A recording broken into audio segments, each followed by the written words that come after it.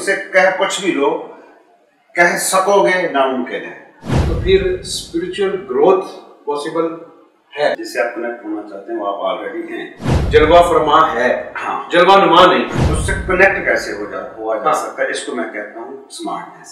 तो सब ये जो रूह है इसका ताल्लुक जिस्म और दिमाग के साथ भी है। उस पल में होने का मतलब है ग्रिड से आप कनेक्ट हो।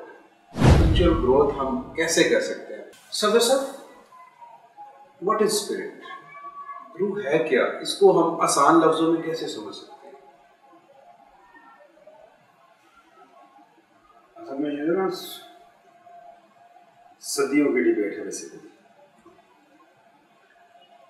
किसी ना किसी तरीके से वो जो नजर नहीं आ रहा था ना, उसको आपने नजर आने वाली दुनिया में शामिल करने के लिए एक लफ्ज बनाया, स्पिरिट को, सोल को, रूह को, कुछ भी को।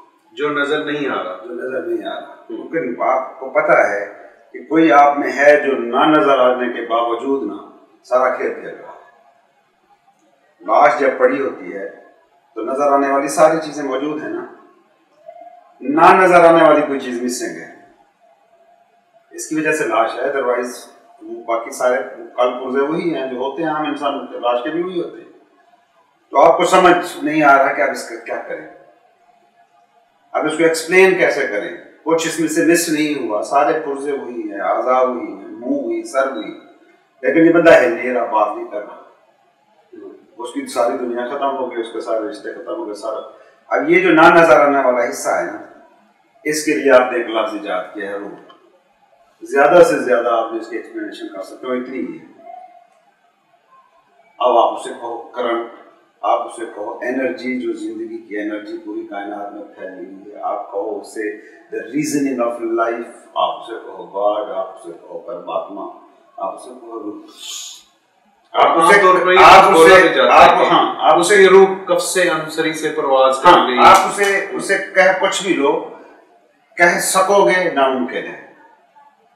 एक मजेदार बात है कुरान में, वो पूछा जाता है कि रूह क्या है, नबी को जवाब मिलता है, नहीं कह रहे बस अमर रब्बी, खुदा का हुक्म है। आप उसको अगर ऐसी लफ्जों में आ जाने वाली चीज होती तो ये मज़ाहिब जरूर अटेम्प्ट करते अपनी किताबों में उसको एक्सप्लेन करने। हम भी इस पर बात करे जा सकते हैं, करते रह सकते हैं, साइंस से हवाले ले आओ, फलसफे से ले आओ हवाले, लेकिन आप इसे एक्सप्लेन कर नहीं सकते। वो जो ना आश्कार है वो डोमेन दूसरी है, आपकी लफ्जों की पकड़ में आएगी नहीं। लफ्जों की पकड़ में आपके पास वही चीजें आती हैं जिनकी आप तस्वीर बना सकते हैं।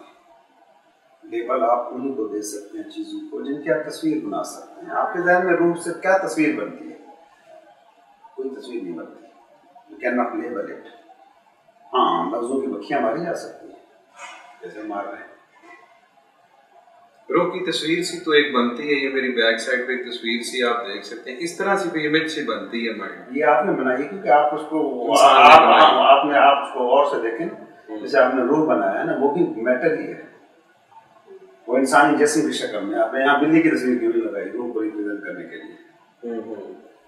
रूह की शक्ल में जब आपको धुआं सा निकलता हुआ फिल्मों में भी देखते हैं ना, वो इंसानी ढांचा ही बेसिकली निकाल रहे होते हैं। उनके पास तस्वीर नहीं है, सो मजबूरी है जो उनके पास था वो यूज किया। यानी कि मैं ये कह सकता हूँ कि रूह कोई एक ऐसी चीज है जो मुझ में है लेकिन वो गैर आश्कार है। मैं उसको सादा तरीन लफ्ज़ों में कहूँगा, आप उसे नहीं कह सकते, नहीं समझ सकते, समझ भी नहीं सकते, नहीं समझ। उसकी रीजनिंग ये है कि आपका जो सारा चीजों को समझने का जो पूरे का पूरा मुद्दा है ना, वो है माइंड बेस्ड। मैं लफ्ज बना रहा हूँ माइंड से, आप सवाल बना रहे हैं माइंड से, ठीक है? ये सारे का सारा खेल है लफ्जों का, और लफ्ज रिप्रेजेंटेशन होते हैं किसी ना किसी चीज की, थॉट लेवल पर या फिजिकल लेवल पर। सारे का सारा माइंड बनता है आपके सेंस डेटा से, और रूह को आपकी कोई भी सेंस छूती नहीं है। अच्छा, सो उसके लिए आप लफ्ज बना सकते हैं जो आपकी मजबूरी है। आप कोई चीज जो मादा नहीं है उसे आप गैर मादा कह देते हैं, नॉन मैटर कह देते हैं। मैटर को यूज करके ही कह रहे हैं ला मैटर, गैर मादी चीज, लफ्ज वही इस्तेमाल कर रहे हैं, तो आप उसको सिर्फ रिप्रेजेंट कर रहे हैं, अदरवाइज आप उसको कह नहीं सकते। इसकी मिसाल यूँ नहीं कि मैं आपके सामने एक प्याज रखता हूँ, प्याज उसका आप छिलका उतारते जाएं, छिलका दर छिलका उतारते जाएं, उतारते जाएं, उतारते जाएं, उतारते जाएं, आखिरी छिलके के बाद क्या है? आखिरी छिलके के बाद क्या है? कुछ नहीं। प्याज की परतें सारी आपने खोल दी। अब आखिरी परत के बाद क्या है? कुछ नहीं, कुछ भी नहीं। लेकिन वो कुछ नहीं था जिसके गिर्द वो सारी परतें, वो जो कुछ है वो उस कुछ नहीं के गिर्द बुना गया था। ठीक है, वो जो कुछ नहीं है उसे आप रूह कहेंगे, वो जो स्पेस है ना वो है रूह, और वो सारी की सारी बेसिकली एक है मैटर। उसको यूँ कहने, ये जो है ना रूह का समंदर है जिसमें मैटर की मछलियां मस्त है, ये भी कहीं आप मैटर को तो पकड़ सकते हैं, मछली आपको नजर आ रही है, लेकिन वो जो है ना वो स्पेस, उसको नहीं पकड़ा जा सकता। तो उसके लिए लफ्ज़ बनाना, उनकी वजाहतें करते रहना, उसमें उसको एक्सप्लेन करने की कोशिशें सदियों से हो रही हैं, आगे भी होती रहेंगी। आगे बातें, इंसान के पास जो माइंड है वो सुकून से बैठेगा तो नहीं, आप एक्सप्लेन करने की कोशिश करते रह सकते हैं, लेकिन आप उसको एक्सप्लेन कर नहीं सकते। लेकिन क्या वो अनटचेबल है? एक सेंस में बिल्कुल नहीं। टचेबल भी है, वो टचेबल है, वो आप पर बीत रही है चूंकि, तो आप जानते हैं। इसलिए मैं कहता हूँ बार बार वही एक बात, यू कैन फील इट। या एक और मिसाल जो देते हैं आमतौर पर ना, बच्चा माँ के पेट में है ना, वो सपोज कर लें 2 वर्ष हो गए, बड़ा कुछ सही बच्चा है और वही बैठा सवाल जवाब कर रहा है, तो वो तुक्के लगा रहा है कि माँ क्या है। वो अब कुछ भी कहता है, वो कहे कि माँ समंदर है क्योंकि पानी में रह रहा है, वो कहे कि माँ बहुत बड़ा बलून है क्योंकि उसको नजर आ रहा है ना वो बलून शेप जगह पे मौजूद है। वो कुछ भी कहता है, वो माँ को एक्सप्लेन नहीं कर सकता, लेकिन वो माँ हो सकता है। वो माँ का वेरी मच पार्ट है, आप उस रूह में शामिल हैं, आप में से वो एनर्जी गुजर रही है, इसलिए आप जिंदा हैं, आप वो हर वक्त हैं। इस पुर्जे से पकड़ लेंगे नामुमकिन है, कभी किसी की पकड़ में नहीं आएगा, कभी किसी की पकड़ में नहीं आएगा। डोमेन दूसरी है, फील्ड दूसरी है। ये बिल्कुल ऐसे है कि गालिब की शायरी और आप किसी चीनी को समझाने की कोशिश करें, आप उसे समझा नहीं सकते। गालिब की शायरी इससे झूठ साबित नहीं होती, इससे सिर्फ आपकी रिस्ट्रिक्शन सामने आती है कि वो आपके खेल का मैदान नहीं है। यानी कि रूह को हम समझा नहीं सकते, इसको बयान नहीं कर सकते। सदर साहब, क्या हम रूह के साथ कनेक्ट हो सकते हैं? कैसे?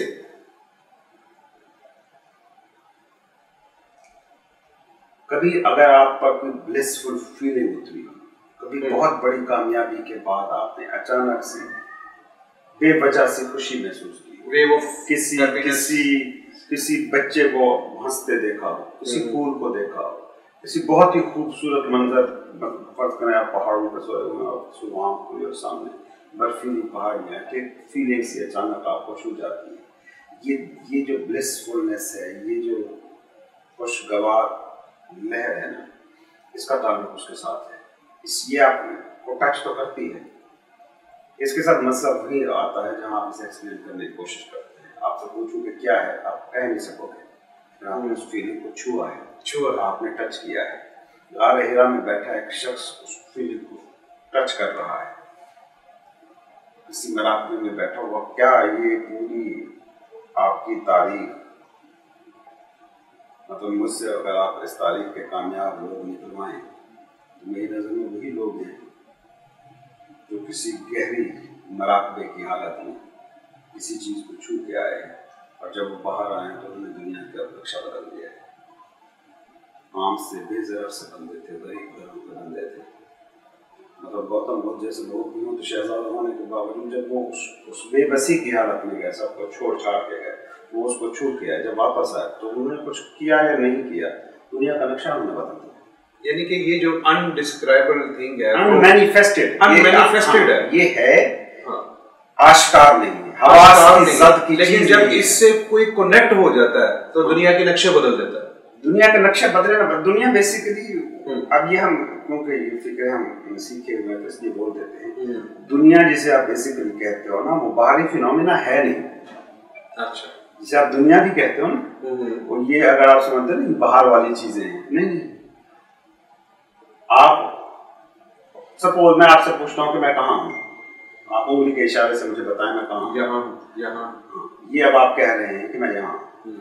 साइंटिफिकली ये फिक्र गलत है, आपका ये जवाब गलत है। आपकी आंख में एक अज्जा है, रेटिना जिसे कहते हैं, वहां पे जो शीशा लगा हुआ है ना, वहां में ये तस्वीर बन रही है। आप बेसिकली उस तस्वीर को देख रहे हैं। आप ये बाहर इशारा कर रहे हैं, ये टेक्निकली गलत है, टेक्निकली एंड साइंटिफिकली गलत है। आपको असूली तौर पे इशारा करना चाहिए था कि आप यहाँ हैं। ये सारी दुनिया जिसे आप देखते हो ना, बाहर करके इशारा करके, ये सारी की सारी यहीं पे बन गई। ठीक, तो हवास के जरिए से भी बेसिकली आपकी ये जो दुनिया है ना, ये बाहर मौजूद नहीं है। ये एक कमरा है आपके सामने, आप इसको एक्सपीरियंस करेंगे कुछ और तरीके से करेंगे, मैं इसको एक्सपीरियंस कर रहा हूँ किसी और तरीके से कर रहा हूँ, एक्स वाई जेड कोई तीसरा बंदा इसको करेगा किसी और तरीके से एक्सपीरियंस करेगा। तो उससे ये दुनिया सालों के लिए जैसी कहाँ है। आप बहुत दुखी बैठे हैं, मैं बहुत खुश बैठा हूँ और बाहर बारिश हो रही है, आपको किसी शहजादी के आंसू जैसी लग रही है, मुझे लग रही है सुबह की शबनम की तरह है।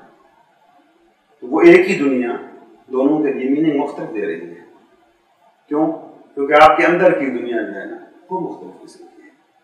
सो ये जो पूरी दुनिया जिसे आप कहते हो ना, ये बेसिकली सिर्फ आपकी दुनिया है, इसका मेरी दुनिया से कोई लेना देना नहीं। राइट, इस अनमैनिफेस्टेड थिंग जो रूह है, जो कि नाकाबिल बयान है, इसको हम कनेक्ट कर सकते हैं। अब जब हम इसे कनेक्ट हमने कर लिया तो हमने देखा, जैसा कि आपने बताया कि जब उससे कनेक्ट हो जाते हैं तो फिर वो सीन ही चेंज हो जाता है। तो कनेक्ट होने के बाद अब जब पता चल गया कि इससे कनेक्ट हुआ जा सकता है, तो फिर स्पिरिचुअल ग्रोथ पॉसिबल है। तो आप ये बताएं कि स्पिरिचुअल ग्रोथ हम कैसे कर सकते हैं अपनी? इसमें बेसिकली कंफ्यूजन है। अच्छा, जिससे आप कनेक्ट होना चाहते हैं वो आप ऑलरेडी हैं, किससे कनेक्ट आप दूसरा बना रहे हैं। बेसिकली मैं ये कहता हूँ, यूँ समझिए कि इस कमरे में ना सारी की सारी वायरिंग हुई हुई है, बोर्ड लगे हुए हैं, स्विच लगे हुए हैं, तारे लगे हुए हैं, गैजेट्स लगे हुए हैं। ठीक है, आप बात कर रहे हैं ग्रिड से कनेक्ट कैसे। ठीक है, लोड शेडिंग है, ये सारे स्विच सारी चीजें बेकार है ना, लेकिन करंट अगर बह रहा है तो सारी चीजें जिंदा है। तो आपके पास बेसिकली वो सारे का सारा जो है ना सेटअप तो मौजूद है, वायरिंग बोर्ड्स तारें सारा कुछ मौजूद है। आपका मसला सिर्फ एक है, ग्रिड से कनेक्ट होना। ये बात जो मजहब बात करते आए हैं वो दूसरे अंदाज से कहते हैं, दूसरे फ्रेमवर्क में कहते हैं, दूसरे ज़माने से ताल्लुक़ रखते हैं, इसलिए वो अपने तरीके से बात करते हैं। तुमसे खुदा कहता है, कोई गॉड कहता है, कोई परमात्मा कहता है, अपनी तरीके से। वो बेसिकली ग्रिड है, जिसे आप खुदा कहते हो, वो ग्रिड है। वहाँ से आपका कनेक्शन होने का मतलब ये है कि ये सारी की सारी जो वायरिंग है ये फाल हो गई, एक्टिव हो गई। अदरवाइज ये सारी की सारी वायरिंग, सारे बोर्ड, सारे गैजेट बेकार हैं। आपके मुल्क में से बिजली गायब हो जाए तो आपने जो करोड़ों रुपए के लगाए हुए हैं पर्पज से, ये सारे बेकार हो गए ना। अगर एनर्जी करंट नहीं बह रहा तो ये सारे बेकार हैं। आप ये शो को इसके तौर पर इस्तेमाल कर सकते हैं। वो करंट जो है ग्रिड से जो आ रहा है वो बेसिकली वो जलवा फरमा है, हाँ, जलवा नुमा नहीं। हाँ, मतलब लफ्जों के खेल तक तो ठीक है, उससे कनेक्ट कैसे हुआ जा सकता है, इसको मैं कहता हूँ स्मार्टनेस। आप जिसे ना सूफी स्मार्ट बंदा होता है, सूफी कैसे स्मार्ट बंदा होता है, ना वो कारोबार की दौड़ में है, ना वो सियासत की दौड़ में है, ना वो दुनिया फतेह कर रहा है, ना वो दुनिया के नक्शे बदल रहा है। स्मार्ट कैसे हुआ? स्मार्ट सिर्फ इसलिए है कि वो कोशिश करता है उस ग्रिड से कनेक्ट होने की। ये जो लाइफ का प्रोसेस है, ये जब आप आंखें बंद करके बैठते हैं और सोचते हैं, कभी अगर आपको मौका मिले वैसे खामोश बैठ के अपने अंदर जो हो रही सेंसेशंस हैं उनको भी फील करें ना, उस जिंदगी को भी फील करें ना, तो उस कनेक्टेडनेस को आप फील करते हैं। आपकी कोई भी हालत जिसे आप प्लेजेंट कहते हैं ना, वो उसमें झलकियाँ होती हैं उस कनेक्टेडनेस की। वो जिसे आपकी हाई हालत कहते हैं, वो जो नकली तौर पे हम क्रिएट करते हैं वाया नशा, नकली तौर पे हम क्रिएट करते हैं वाया एडवेंचर्स। एडवेंचर्स के लिए जब आप निकलते हैं, बेसिकली पता क्या होता है एडवेंचर्स में? जो बंदा केटोसार करने जा रहा है और जो जानता है कि 100 बंदों में से 60 बंदे मर जाते हैं या 40 मर जाते हैं और फिर भी जा रहा है, वो क्या करने जा रहा है? वो उस एडवेंचर की हालत में ना, जब वो चल रहा है उस ट्रेल पर, उस चोटी पर पहुंचने के लिए, वहां अगर उसकी एक लम्हे को भी तवज्जो भटकती है तो वो गया क्या? तो वो बेसिकली इस पल में आ गया है। इस पल के बारे में जैसे कि मैं हमेशा कहता हूँ, इस पल का मतलब है दी अनमैनिफेस्टेड वन, दी गॉड। वो जो रूह है वो अपने आप को एक्सप्रेस कर रही है, वो इस पल में ही कर सकती है। और एडवेंचर में भी यही होता है कि आप इस पल में हो जाते हैं। नशे में भी यही होता है कि आप उस पल में हो जाते हैं। और इबादत में, मेडिटेशन में भी यही होता है कि आप उस पल में आ जाते हैं। उस पल में होने का मतलब है ग्रिड से आप कनेक्ट हो गए। तो चीजें सारी की सारी वैसी रहेंगी, आप वैसे नहीं रहते। और ये असल में जिसे जिंदगी कहते हैं वो आपसे मुताल्लिक़ एक फिनोमेना है, ना कि इर्द गिर्द चीजों से मुताल्लिक़। अगर आप हो गए, सूफी इसलिए स्मार्ट है कि वो हो जाता है जो वो है, वो उस कनेक्टेडनेस को फील करता है। आप भी फील करते हैं। आपके दिन में भी ऐसे हिस्से होते हैं जब आप बिला वजह खुश होते हैं, बिला वजह मुतमईन होते हैं, ऐसा लगता है जिंदगी में कोई भी मसला नहीं। फिर आपका खेल शुरू होता है ईगो का, अना का, माइंड का। फिर आप मसला ढूंढते हैं, घर में ये मसला चल रहा है, मुल्क के साथ ये मसला चल रहा है, मेरी सियासी पार्टी जैसे आजकल आप देख रहे हैं डूब गई, मेरी सियासी पार्टी के साथ बुरा हो गया, मेरे माशी हालात खराब हो गए, मेरा बिजनेस डूब गया, XYZ, मेरा मोबाइल गुम हो गया। अब ये ख्याल आपका खेल जो है ना शुरू हो गया। अब आपने पर्दे तारे कर दिए उसके ऊपर। तो साहब ये जो रूह है इसका ताल्लुक जिस्म और दिमाग के साथ भी है? अगर है तो किस फॉर्म में है? नहीं, मैं तो इस तकसीम का वैसे कायल नहीं हूँ जिस्म, रूह और माइंड में इंसान को बांटने की। एक्चुअल थिंग एक ही है।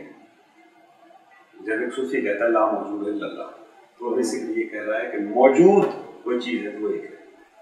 ठीक, अब उस एक को आप दो तरीके से कह सकते हैं। एक जो कह रहा है कि ला मौजूद इल्लल्लाह, उसके सिवा कोई है ही नहीं। ठीक है। दूसरा कह रहा है अल्लाह, मेरे सिवा कोई मौजूद ही नहीं है, क्योंकि मैं उसकी रिप्रेजेंटेशन हूँ। एक कतरा ऐलान कर रहा है कि मैं हूँ समंदर, और कतरे को गौर से देखा छोटा सा समंदर ही होता है।